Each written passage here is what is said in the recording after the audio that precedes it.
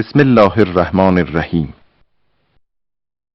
اس چیز پر توجہ رکھتے ہوئے کہ گزشتہ درس میں ہم نے قرآن کے حروف کے صحیح تلفظ کے متعلق گفتگو کی تھی، ہم یہ بات جانتے ہیں کہ حروف و کلمات کا تلفظ انسان کے جسم کے نظام آواز سے بہت زیادہ تعلق رکھتا ہے۔ اس لیے مناسب یہ ہے کہ عربی کے حروف کے تلفظ سے پہلے نظام آواز کے ارکان کو جان جائیں۔ اس درس میں نظام آواز کے اعضاء کے متعلق گفتگو کریں گے۔ پھیپڑے، لنگس، یہ دراصل دو حصوں پر مشتمل ہوتا ہے اور اس کی بناوٹ اسفنج کی طرح ہوتی ہے اور یہ سینے کے اندر ہوتے ہیں۔ یہ در حقیقت تنفس یا سانس لینے کا کام انجام دیتا ہے، لیکن یہ ہوا کا ایک ذخیرہ ہے، وہی ہوا جو آواز کے لیے اصلی ترین ضرورت ہے۔ سانس لینے کے عمل کے دوران ہوا پھیپڑوں کے اندر جاتی ہے اور سانس خارج کرتے وقت ہوا خارج ہوتی ہے۔ اس پورے عمل کو تنفس کہا جاتا ہے۔ ہوا کے خارج ہوتے وقت حروف کی ادائیگی عمل میں آتی ہے، لہذا یہ بات کہنا درست ہوگا کہ آواز کا اصلی ترین عنصر ہوا ہے، جو نظام آواز سے گزرتے وقت یا نرخرے سے گزرتے وقت آواز کی لہروں کو ایجاد کرتی ہے، جو آواز کے پیدا کرنے کا باعث بنتی ہے۔ حلقوم یا نرخرا، آواز کے پیدا کرنے میں پیچیدہ ترین عضو نرخرا ہے۔ نرخرے کے اندر آواز کے تار موجود ہیں۔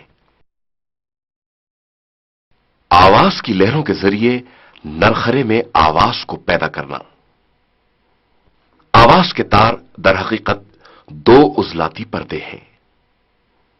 یہ بہت نازک اور باریک ہیں، مگر کشادہ اور افقی صورت میں نرخرے کے اندر موجود ہیں۔ اس تصویر میں نرخرے اور اس میں موجود آواز کے تاروں کا اچھی طرح مشاہدہ کریں۔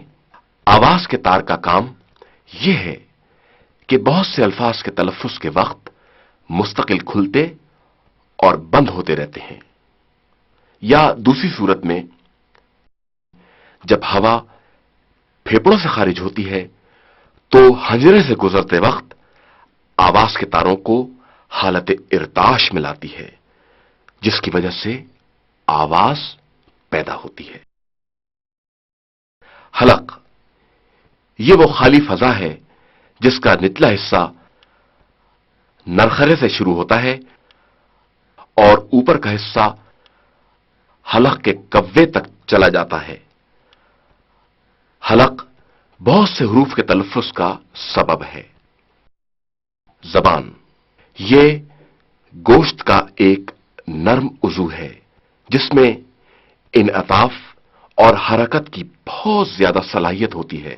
زبان گفتگو کرنے اور مختلف حروف کے تلفظ میں بہت زیادہ اہمیت کی حامل ہے، اور بعض حروف کے تلفظ میں زبان بہت زیادہ تعلق رکھتی ہے۔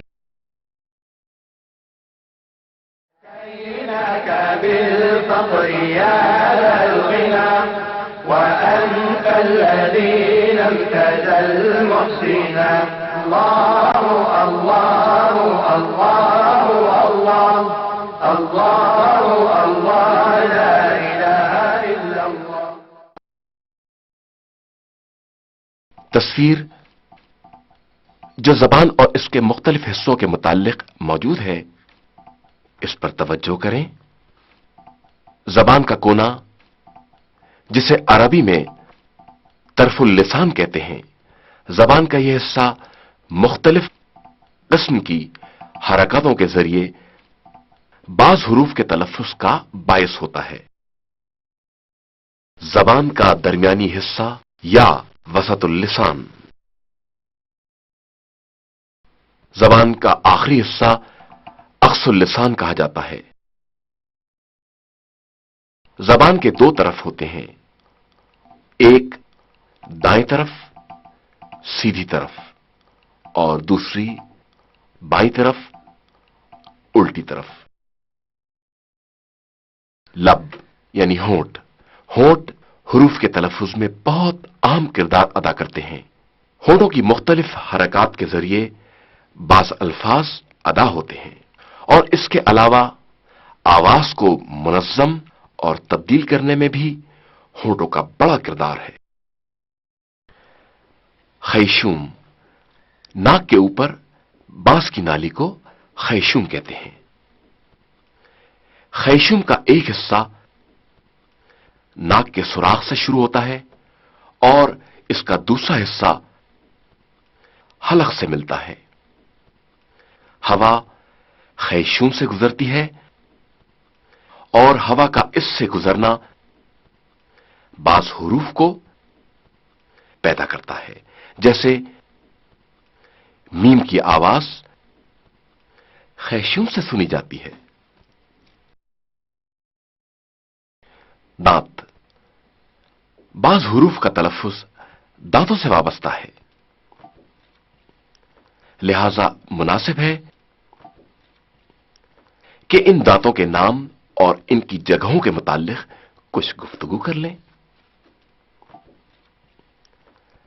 ہر انسان کے دانتوں کی کل تعداد 32 ہوتی ہے، جو 2 حصوں میں تقسیم ہیں، ایک اوپر کا جبڑا اور دوسرا نیچے کا جبڑا۔ ہر حصے میں 16 دانت ہوتے ہیں۔ ان 16 دانتوں کو اگر 2 8 کے حصوں میں تقسیم کر دیا جائے اور ان کو نام دیے جائیں تو ہر دانت اور اس کے مقابل والا دانت ایک ہی نام کا ہوتا ہے۔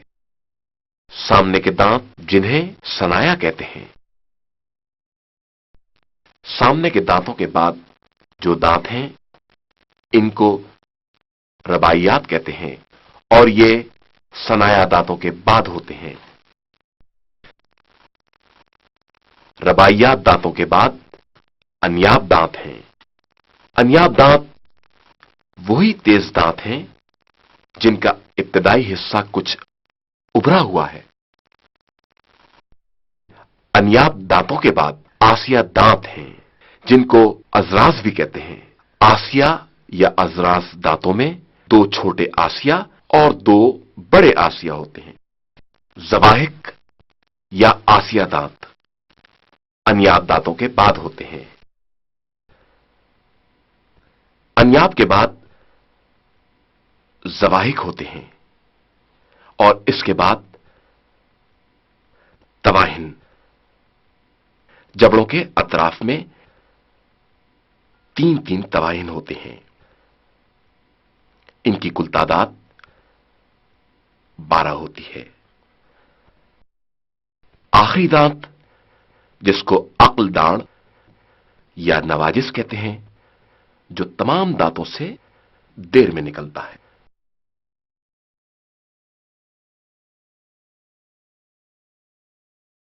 كيناك بالفقر يا ذا الغنى وأنت الذي لم تزل محسنا الله الله الله الله الله الله لا إله إلا الله قال رسول الله صلى الله عليه وآله وسلم خيركم من تعلم القرآن وعلمه تم میں سے بہترین شخص وہ ہے جو خود قرآن سیکھے اور دوسروں کو سکھائے۔